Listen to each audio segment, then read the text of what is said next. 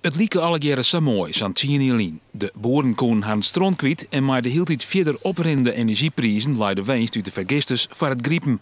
In de eerste jaren wie dat ik zo, maar daarna ging het mis. Toen wij begonnen verwachten dat de stroomprijs behoorlijk hoog ging, zo dat we die op 50 cent hadden per kilowatt.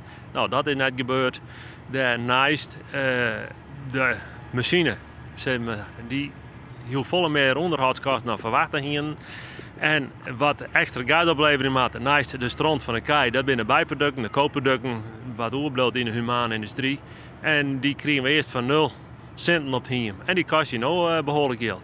In het begin waren het gouden jaren, alleen toen ben er wat meer vergisters kwamen, toen kwamen meer vragen naar de producten die erin gingen en toen ben die prijs van die producten meer omheen gegaan.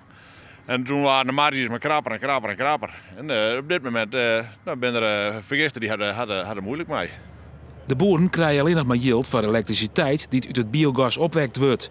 Voor de warmte en het biogas bestaat geen vergoeding. Dat moet oors vinden ze.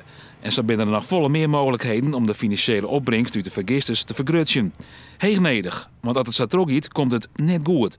Als het zo trog gaat, dan stelt er vast een paar vergisters oorblijven in Nederland, maar dan is het gras is vertrokken. In Friesland gewoon op het boerenbedrijf in die kleinschaligheid, dan denk ik net dat het nog zo'n grote toekomst heeft. Alleen nog, dan denk ik even aan Friesland en gewoon op een veehouderij, een wakkerbouwbedrijf.